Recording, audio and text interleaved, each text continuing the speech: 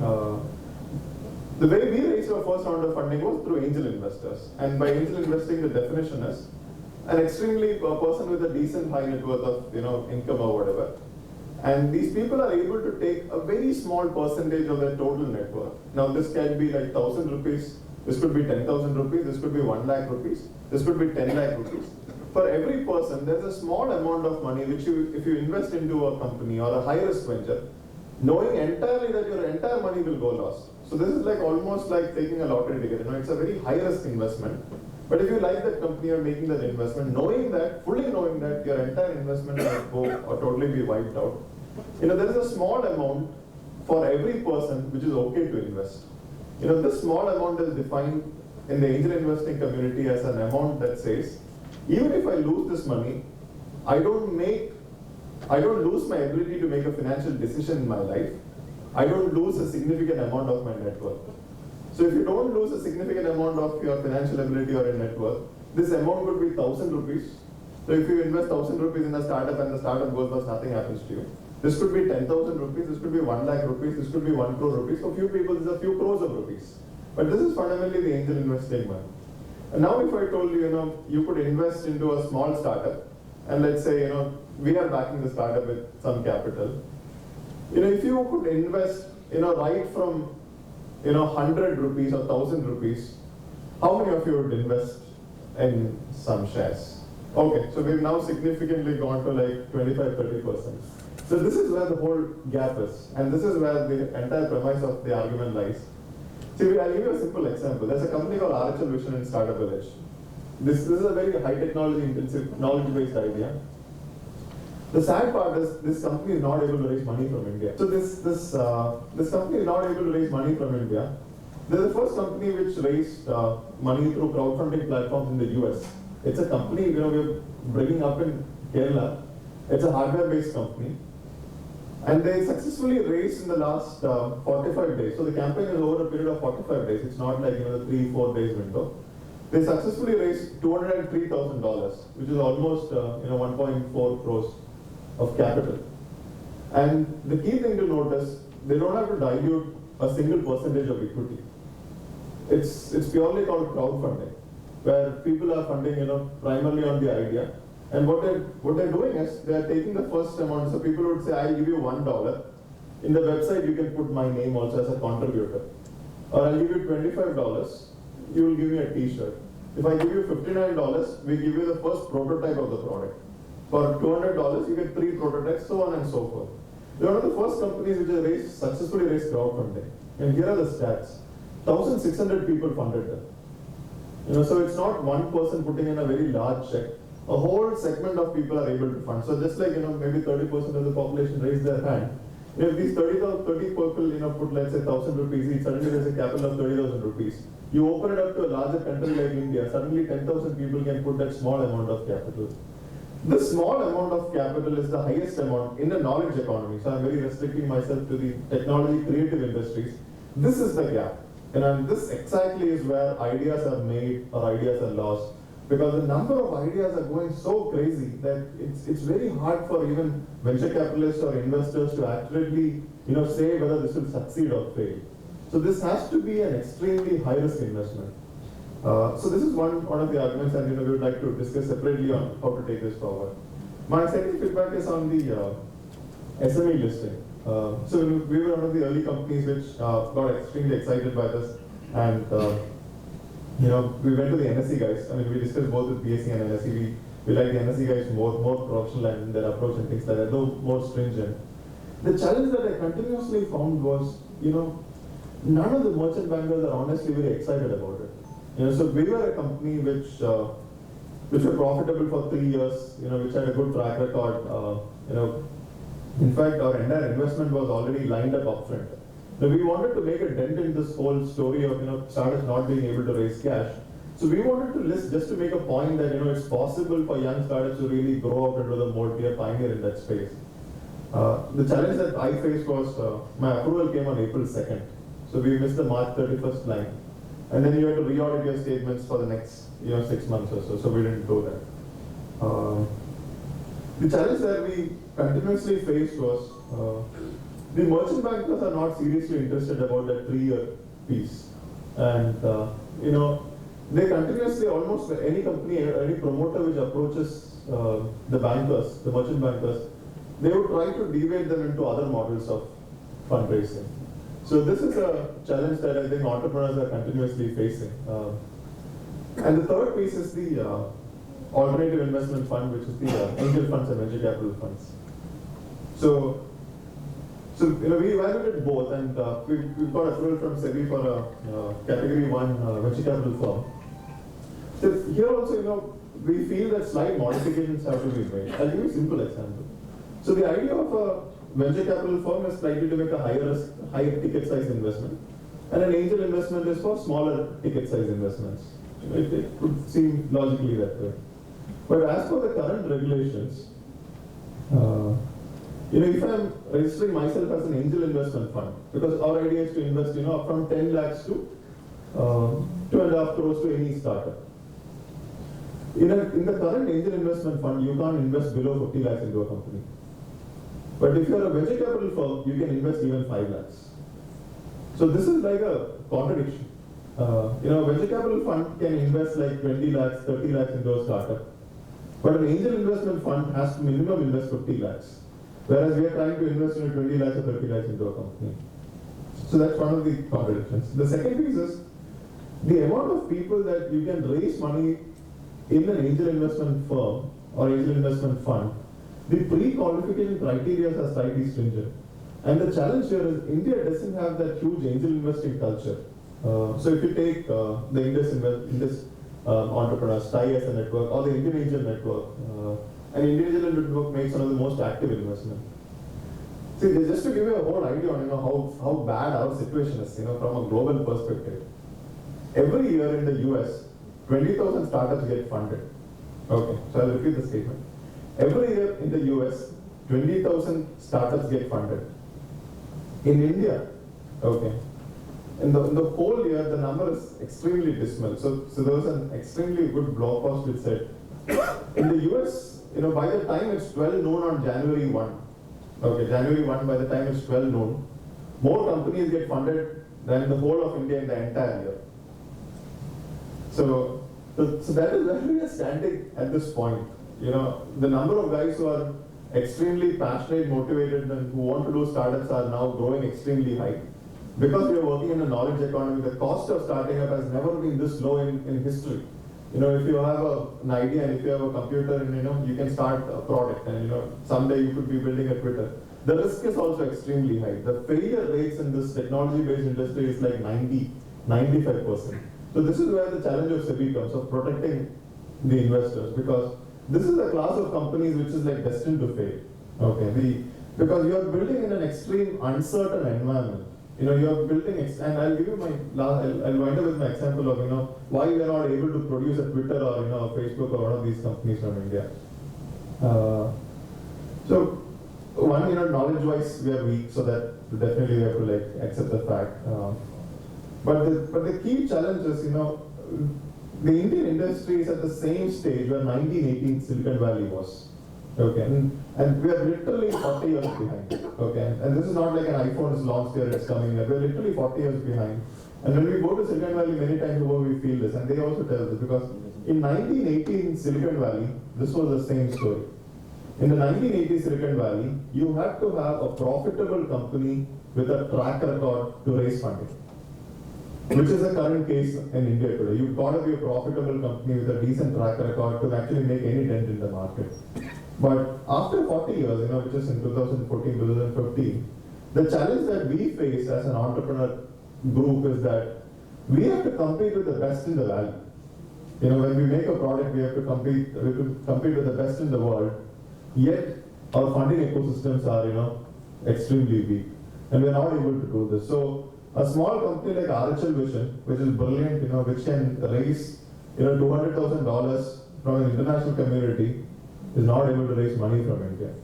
But if we create mechanisms and frameworks, and I'm again stressing we are focusing very narrow on only knowledge and knowledge-based companies, technology-based companies, only if a lot of people sitting in this audience who could fund that 1,000 rupees could either participate through some framework mechanism, obviously, which can be governed by SEBI, where they could put this money into an RHL vision.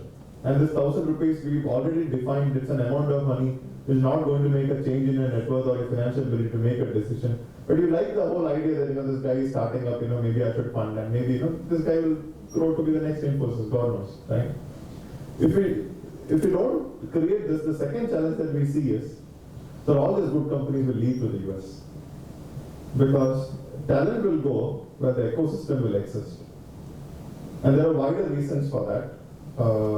When I operated in India, I have to pay 30% tax. If I just flip my company to Singapore, I have to pay 8% tax. And these are it's a long discussion though. The highlight that what I would like to stress on with my final conclusion is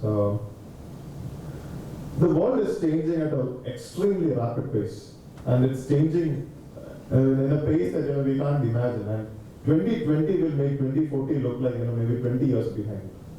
The kind of change that internet will bring on to us is going to be so rapid. People are using smartphones, which in 1969 used to send Apollo to the moon. An average smartphone today has that computing power.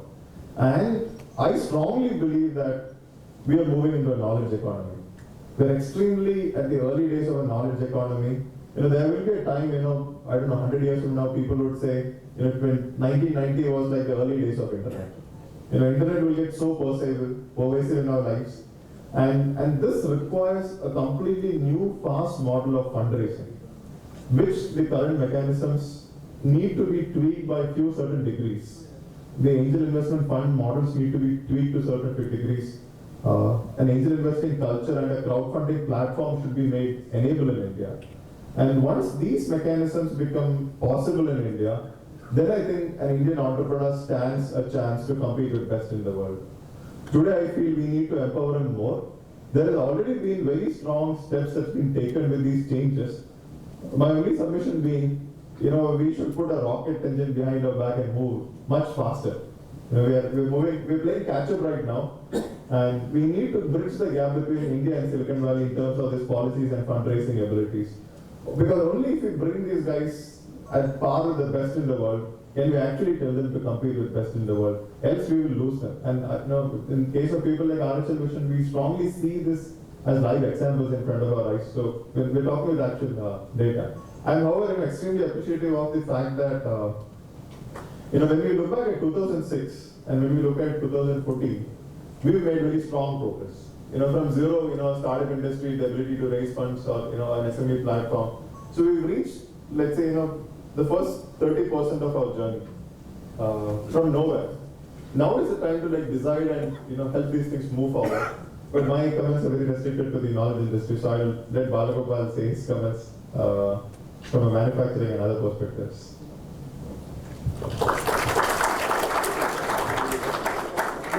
So now it's like from the digital to the analog.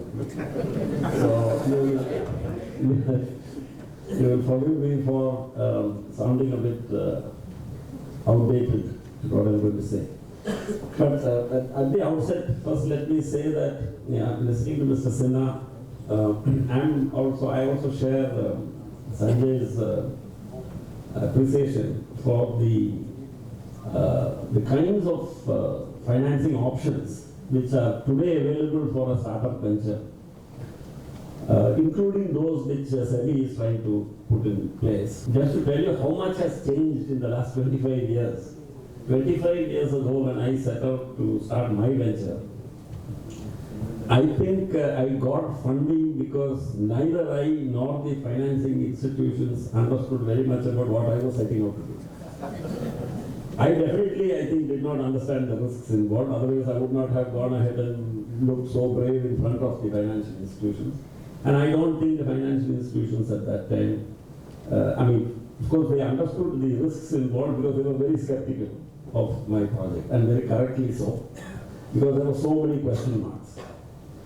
I think there are one or two elements here which, at that time there was no venture capital financing instruments, there was no angel investing, there was no startup financing of any kind. So either you had the money to do the project or you did not. The matter was over with that. And I did not have the money. So finally, we ended up doing, I think, like they say, the greatest creativity happens under the maximum constraints.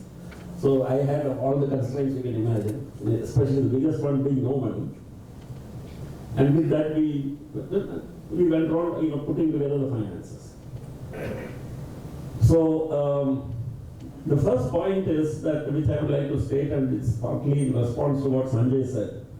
I think the startup venture, especially where the outcome cannot be very clearly foreseen, except it's there in the mind of the creator, of the entrepreneur, it's there, and it's obviously a big vision, and very difficult to share with somebody else outside.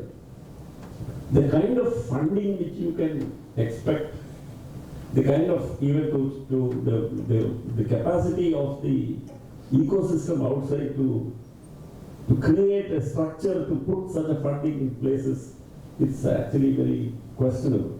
What kind of funding can you have when when somebody just has a vision? So we don't today, even today, I fully agree with Sanjay, we don't have the ecosystem yet. It is slowly coming in place. It's significantly better than what it was 25, 30 years ago. They're huge. It's like almost like a completely different world. So for young people, including Sanjay today, I mean, it's good that there is a certain amount of impatience, but here to see that changes happen, and changes happen very fast. But you're dealing with, with the rights of many stakeholders, the rights of and interests of many, as Mr. Sinha said, SEBI has a very difficult task to balance. It has to balance contradictory things, like the urgent need of startups to get and SMEs to get funding versus the need to protect investors against, let's say, all kinds of shady investments and deals and unwise, risky, very risky things. So how do you balance that? So the inescapable risk element there, I think, has to be addressed by the investor. What I'm trying to say is, I appreciate this SME platform trying to make available, or without going through the onerous and cumbersome listing processes, for people requiring small amounts of money, giving them another, say, over-the-counter kind of platform, something which is much simpler.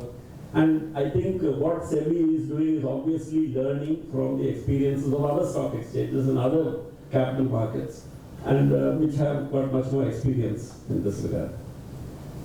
Here, the biggest lacuna, I think, is again one which has been touched on by Sanjay, and that is the biggest shortcoming or absence or gap in our startup funding ecosystem is the fact that high net worth individuals, which is a different way of saying people who have money, do not look on investing in a startup venture, no matter how promising it looks, as a good way to place their money. That kind of thing has not yet. If that idea came from their son or daughter or something, they might put some money. But if it's going to come from the person who's their son's friend, I don't think they are interested in putting that money. So, the ecosystem which existed, which enabled Silicon Valley, all those marvelous stories which we've heard about of how, sitting across, across a cup of coffee on the paper napkin, the business plan was worked out, and Kanwal Reiki signed a check, pulled out, he saw what he saw, and a few calculations done on pencil, and he wrote out a check for a few $1 million. Now that kind of thing is not going to happen here for a very long time, because high net worth individuals do not here in India look at this kind of investment, which actually probably promise much better returns, much better prospects than many of. See, these high net worth individuals, I would also like to clarify, are not just parking their money in fixed deposits or not. They're going after some other shady deals. You see, what I'm trying to say is, every day we read about in the newspapers, people going and falling prey to one scam or the other. So, the point which I'm trying to say is our mindset is that instead of going after something, some shady kind of deal, offering doubling of the money in 6 months and all sorts of stuff like that, which is what these people are putting most of the money into, why don't they go and put it into, say, a smaller amount into a promising venture started by a tech guy who's passionate about his idea? So we haven't yet come to that stage. So that, from a social or a sociological kind of point of view, we still have many miles to go on that front. So in fact, I think here that SEBI, under the leadership of people, visionary people like Mr. Sinha, is probably far ahead of society in that sense, ahead of the curve here. Because the rest, I mean, our general view of the conventional business community here in India and the traditional high net worth individual mindset is much more conservative here. So today we have a situation where, for instance, 25 years ago, many years ago, when I was starting out and I was really struggling for money and I needed money, there was no money anywhere. Later, when my company is doing well and my order books are full and cash flows are very good, and bankers are all lining up offering me money. So this is the kind of situation which we find a very perverse way our system today is working, and how to move it towards that. In terms of, I have no specific question to Mr. Sinha, except to say that I'm very impressed at the amount of progress actually which has already been made, but I still feel that we are the growth is going to be probably slower than what we all expect, not because of any weakness in the system, but because of the mindset of the investors still has to change to take advantage of all these platforms which are there, which enable this kind of capital to flow to startups and technology ventures which badly need. That's all I have to say at this stage. Thank you. Thank you, Bala. Since I'm the last person in the panel, I'll steal from both your ideas.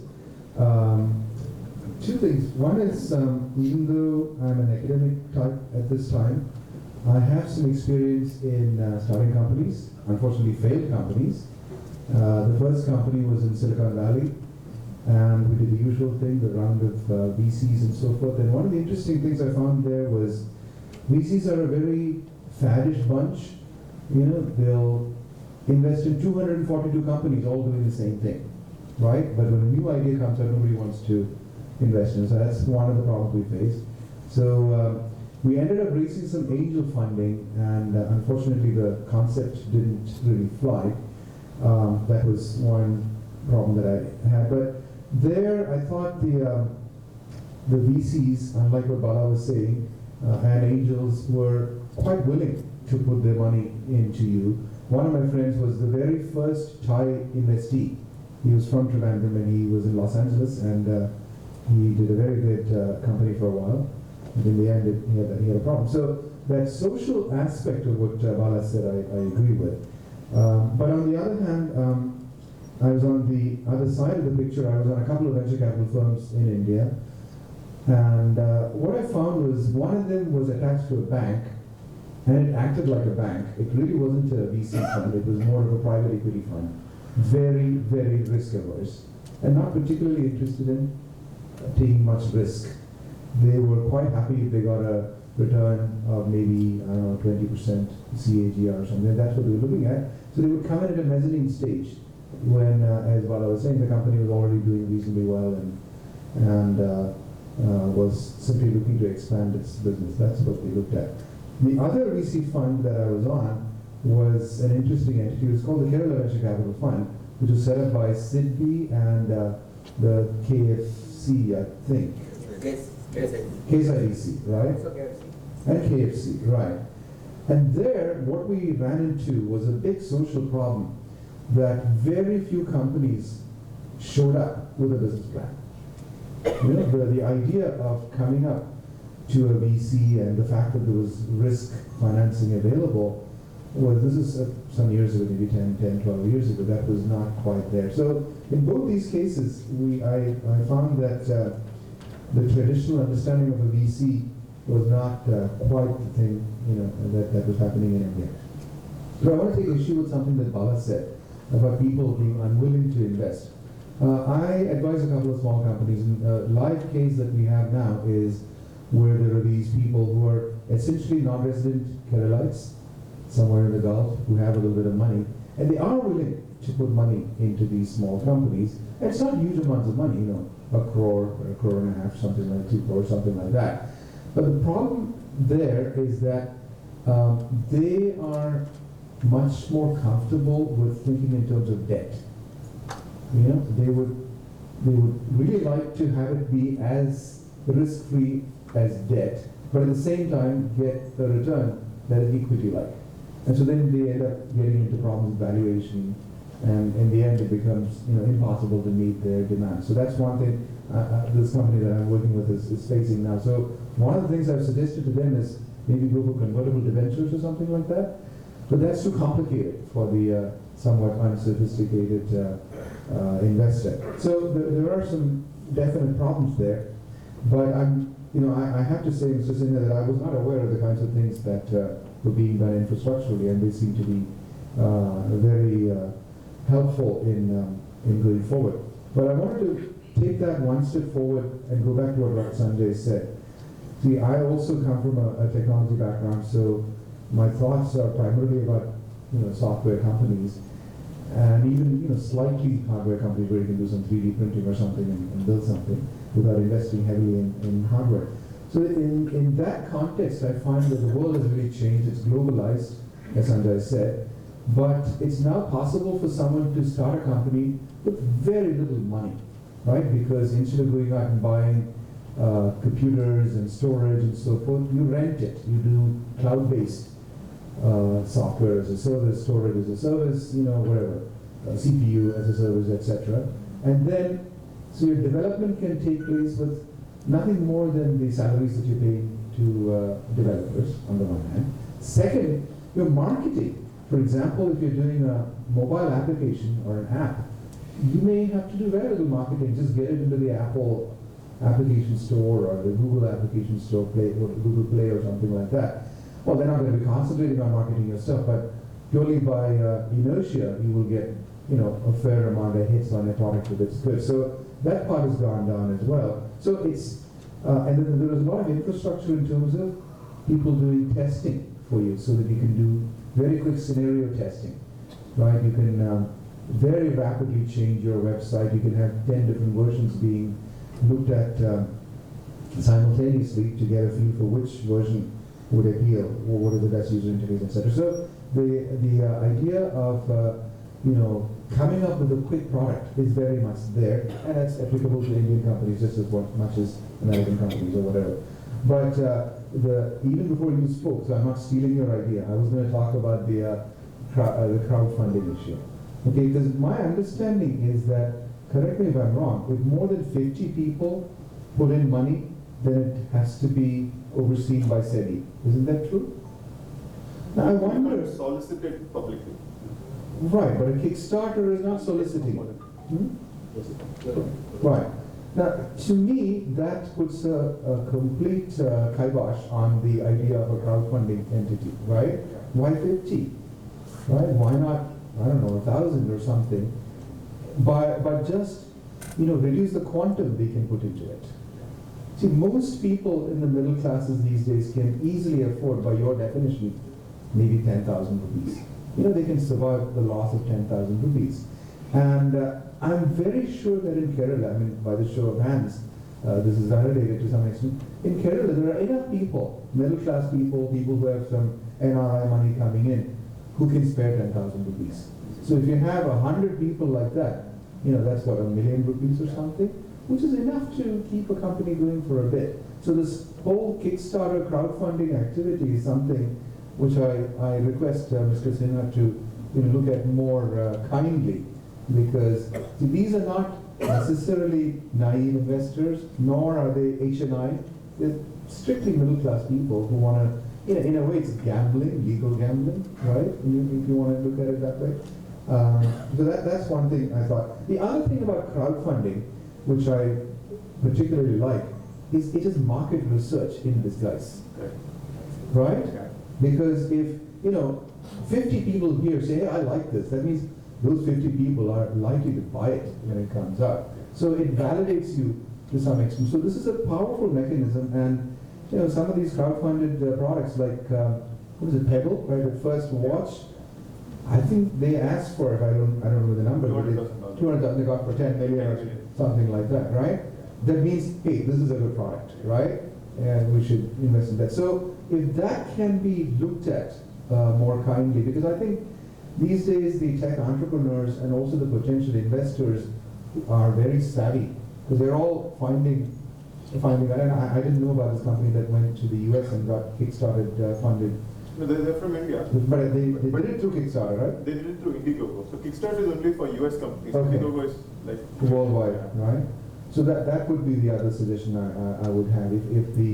If crowdsourcing is so successful, like in Wikipedia and so forth, why can't crowdfunding be successful as well? So that's one part. The second is, as I said with Bala, how we can induce these investors who have some money to put it into these IT or technology companies. So that's all I had to say. And what I would like to now suggest, if I may, is shall I just open it up to the audience for? No, you'd like to answer first and then... I can answer. Yeah, let Mr. Sinha respond. I must thank all the three panelists for the comments that they have made. And I have a mixed feeling about how do I react to it.